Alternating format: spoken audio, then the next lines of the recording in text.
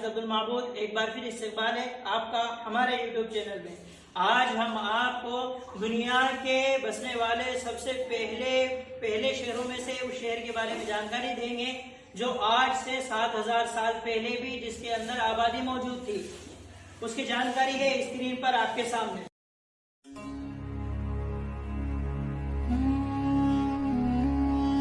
دوستو، اسکرین پر نظر آنے والا یہ شہر ایک ایسا شہر ہے جس کو بیت المقدس یا پھر یہ کہیے کہ یروشلم کے نام سے جانا جاتا ہے۔ اس شہر کی گنتی ہماری دنیا کے سب سے پرانے شہروں کے ساتھ بھی کی جاتی ہے۔ اس شہر کے بارے میں یہ دعویٰ کیا جاتا ہے کہ یہ ہماری دنیا کے پورے اتہاس میں ابھی تک سب سے زیادہ انسانوں کی جانیں اسی شہر کے لوگوں کی گئی ہے۔ تو یہ دعویٰ بالکل غلط نہیں ہوگا، کیونکہ یہ بات کرسٹل کلیئر ہے کہ جتنی زیادہ جنگیں اس شہر کو حاصل کرنے میں لڑی گئی ہیں، شاید ہی اتہاس میں اتنی زیادہ جنگیں کسی اور شہر کو حاصل کرنے میں لڑی گئی ہوں۔ دوستو، اس شہر کے بارے میں یہ بھی کہا جاتا ہے کہ اس شہر کا ذرہ ذرہ پوتر یعنی مقدس ہے۔ آپ کو بتاتے چلیں، یہ دنیا کا اکلوتا ایسا شہر ہے جس کو تینوں ہی یعنی ابراہیمی دھرموں کے یہودی، عیسائی اور مسلمانوں سہت تمام ہی مانتے ہیں، مقدس مانتے ہیں۔ بات کریں اگر یہودی دھرم کی، تو یہودی دھرم کے مطابق ہماری دنیا کی شروعات اس شہر سے ہوئی تھی۔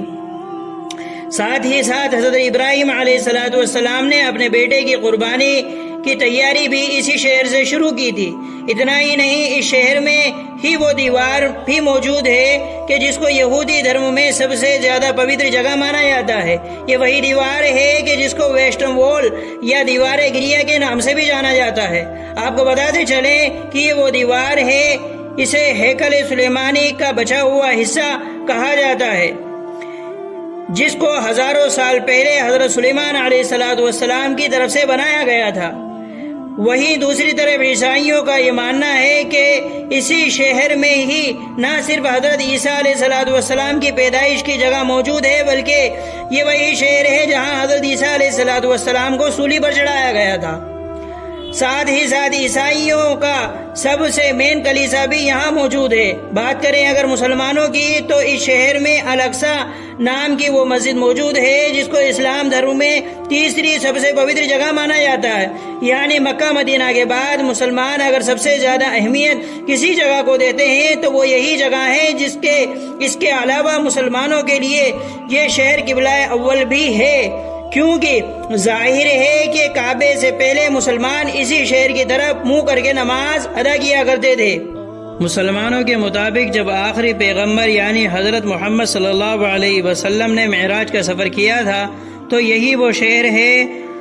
جس کی مسجد یعنی الاقصی مسجد کے اندر پیغمبر محمد صلی اللہ علیہ وسلم نے نبیوں کی امامت کی تھی۔ آپ کو بتاتے چلیں کہ اس کے علاوہ بھی حضرت سلیمان علیہ السلام، حضرت داؤد اور بہت سارے بڑے نبیوں اور بزرگوں کی قبریں یہاں موجود ہیں، جو اس شہر کی اہمیت کو بھی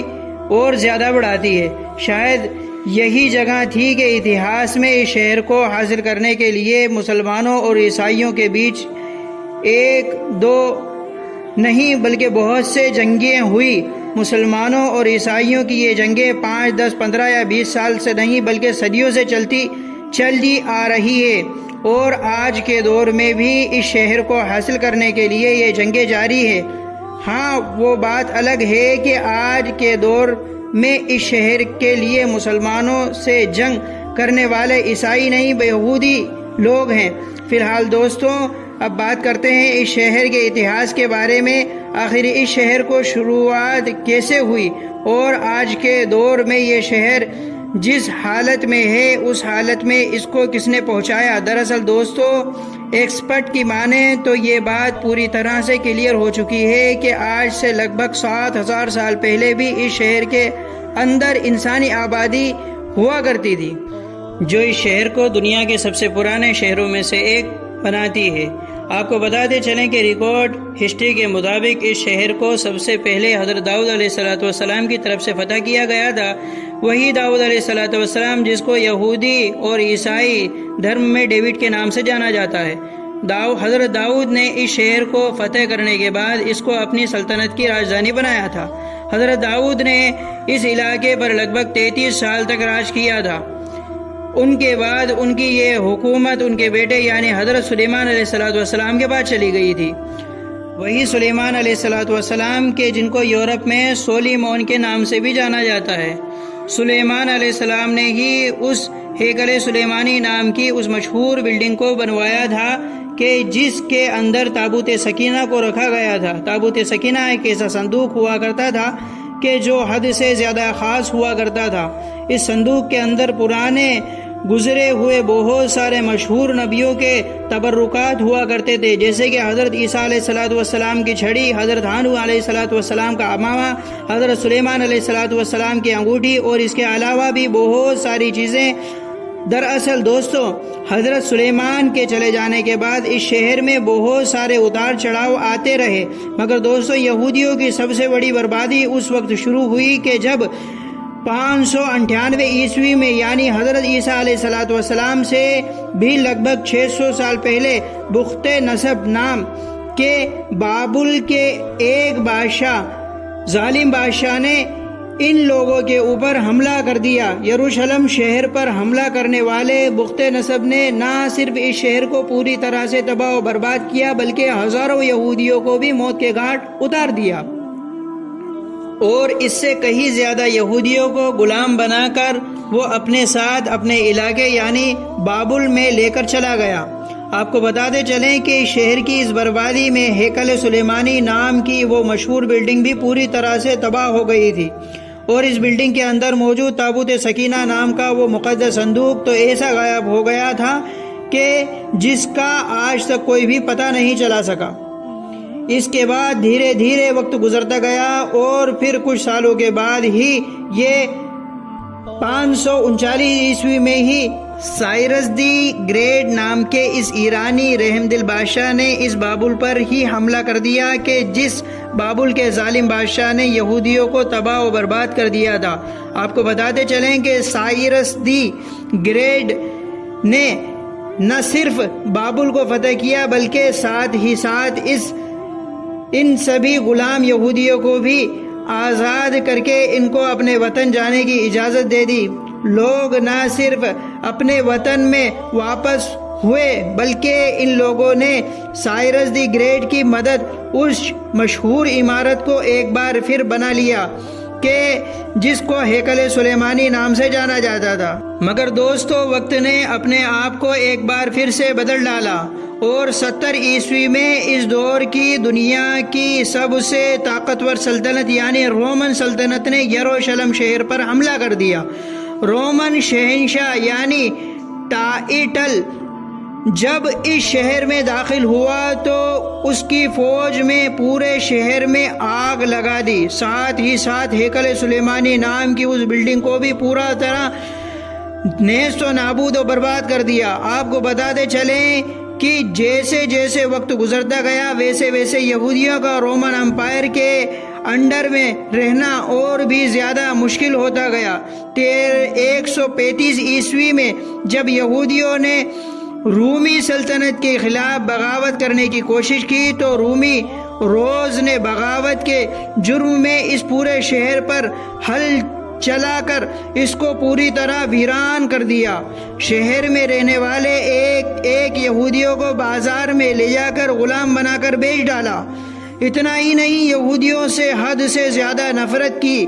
وجہ سے رومی لوگوں نے اس خاص جگہ پر کوڑا اور کچرا ڈالنا شروع کر دیا کہ جہاں پر کسی دور میں ہیکل سلیمانی ہوا کرتا تھا۔ مشہور شہر کی یہ ویرانگی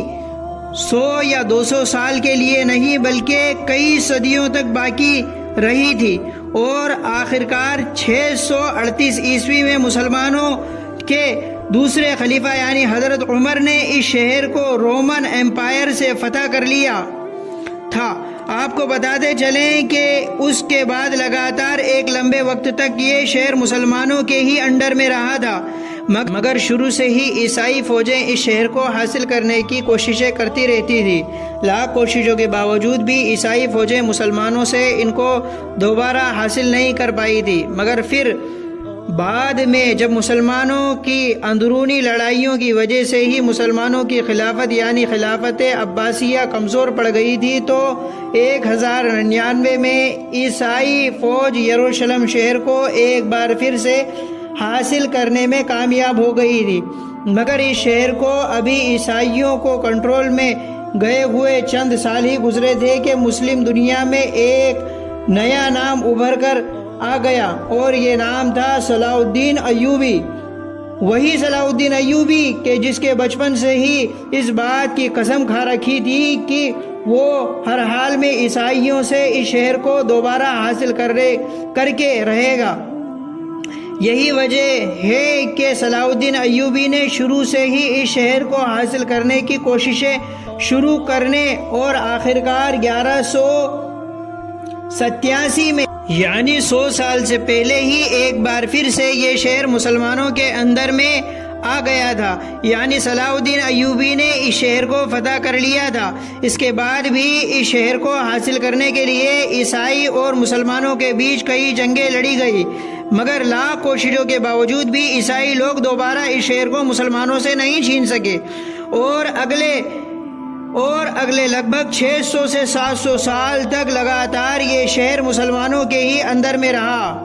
آپ کو بتاتے چلیں کہ 1517 میں اس شہر کو سلطنت عثمانیہ کے طاقتور سلطانوں میں سے ایک سلطان یعنی سلیم افضل نے فتح کر کے اپنی سلطنت میں ملا لیا تھا، اور پھر 1517 سے لے کر 1917 تک یہ شہر سلطنت عثمانیہ کا حصہ رہا۔ اس پورے دور میں سلطنت عثمانیہ نے اس شہر کو بڑی تیزی کے ساتھ ڈیولپ کیا تھا۔ اس شہر کے ارد گرد دیواریں بنوائی، روڈ ڈلوائے، ڈاک کا نظام قائم کر کے اس کے علاوہ 1892 میں ریلوے لائن بھی بچھوا دی تھی۔ ویسے تو سلطنت عثمانیہ کے دور میں ہی یہودیوں نے یہاں پر آ کر اپنی ایک نئی ریاست بنانے کی پلاننگ شروع کر دی تھی، مگر سلطنت عثمانیہ کے آخری سلطان کے جن کو عبدالحمید ثانی کے نام سے بھی جانا جاتا ہے، وہ اس چیز کو بڑی اچھی طرح سے سمجھ گئے تھے، اس لیے ان کے دور میں یہودی لاکھ کوششوں کے باوجود بھی اپنے مقصد میں کامیاب نہ ہو پائے تھے، اور انہوں نے اس سبھی سازشوں کو بڑی ہوشیاری کے ساتھ مقابلہ کیا تھا۔ مگر دوستو، عبدالحمید ثانی کے بعد سلطنت عثمانیہ حد سے زیادہ کمزور پڑ گئی تھی، اور 1917 میں آخرکار برٹش امپائر نے سلطنت عثمانیہ کے اس حصے پر یعنی فلسطین پر قبضہ کر لیا۔ اس کے بعد لگ بھگ اگلی 3 دہائیوں تک یہ علاقہ برٹش امپائر کے انڈر ہی میں رہا، اور یہی وہ پورا دور تھا کہ جس میں دنیا بھر کے یہودی کو الگ الگ علاقوں سے بلا کر فلسطین میں جمع کرنا شروع کر دیا تھا۔ سب سے پہلے 1947 میں یونائٹڈ نیشن کی طرف سے اس بٹوارے کو منظوری دے دی گئی، جس کے مطابق آدھا فلسطین یہودیوں کو دے دیا گیا تھا۔ آخرکار 1948 میں اسرائیل دیش کا اعلان بھی کر دیا گیا۔ اس اعلان کے ساتھ ہی نہ صرف فلسطین کے 2 ٹکڑے کر دیے گئے بلکہ ساتھ ہی ساتھ یروشلم شہر کو بھی 2 ٹکڑوں میں بانٹ دیا گیا۔ دوسری طرف جب باقی بچے ہوئے عرب دیشوں نے دیکھا کہ ان کے ساتھ دھوکہ دھڑی کرتے ہوئے فلسطین کو 2 حصوں میں بانٹ دیا گیا تو انہوں نے اس فیصلے کو روکنے کی بھرپور کوششیں کی اور اسرائیل کے خلاف جنگ کا اعلان کر دیا، مگر ظاہر ہے اسرائیل کے ساتھ یورپین مدد ہونے کی وجہ سے عرب دیش اس جنگ کو جیت نہ سکے، اور وہیں دوسری طرف اسرائیل نے 1967 کے جنگ میں باقی بچے ہوئے یروشلم کے دوسرے حصے پر بھی قبضہ کر لیا۔ آپ کو بتاتے چلیں کہ 1947 میں یونائٹڈ نیشن کی طرف سے کیے گئے بٹوارے کی وجہ سے آج بھی دنیا کے لگ بھگ سبھی دیش اسرائیل